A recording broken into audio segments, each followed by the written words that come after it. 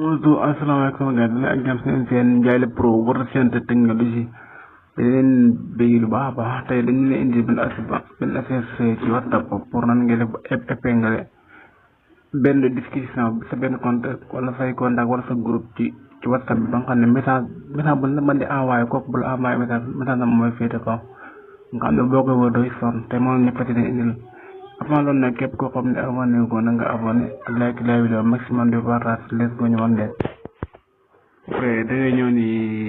sa WhatsApp ni ba ñëwee WhatsApp après nga ñëw nga xool benn discussion boo xam ne moom nga ba épinglé comme fi de kaw man xam nga bii nii mooy groupe bii nii moom laa bëgg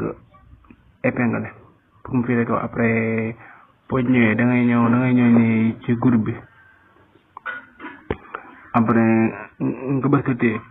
après nga ñëw fii moo ji fii bi la affaire bi épinglé fii nii après nga daa koy cliquer nii boo cliquer jeex na après nag message ku la mën a envoyé message si ñoom message bul ma envoyé kooku message am mooy féete kaw ak bu la téeméer nit envoyé woon message si message suuf lay féete moom bu la envoyé message mooy féete ci kaw soo ko bëggee dindiwaat da ngay bësaat cliquer waat nga ñëwaat bi fii après nga désactiver ko après nag beneen deuxième option bi ci des après comme ay message comme ni bolo da amay message sono la ni amay message nga bañ boo liggéey comme message ci WhatsApp bi notification di wàcc di la sonal nga xam ne fay dugg WhatsApp bi doo ci notification bi après da ngay ñëw ni kamal na nga koy activer après da nga ñëw comme nga silencier ko après da ngay ñëw comme exemple xaar ma dindi bi ma silencier woon après comme groupe bi xaaral ba message wàcc comme groupe bi la jël exemple comme da ngay bës nii après nga bës ko nii boo ko bësee après nga ñëw fii ñu la defal notification bi defal la triangle bi après nga bës ko boo ko bësee après bu la neexee nga def ko tous les jours bu leen nga 8 heures de temps ba nga xam ne 8 heures de temps kii de mode de silencieux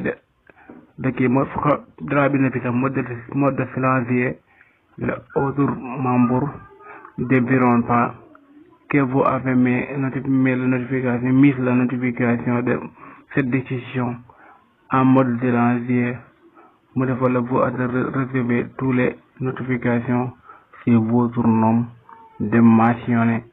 après nga daa koy cliquer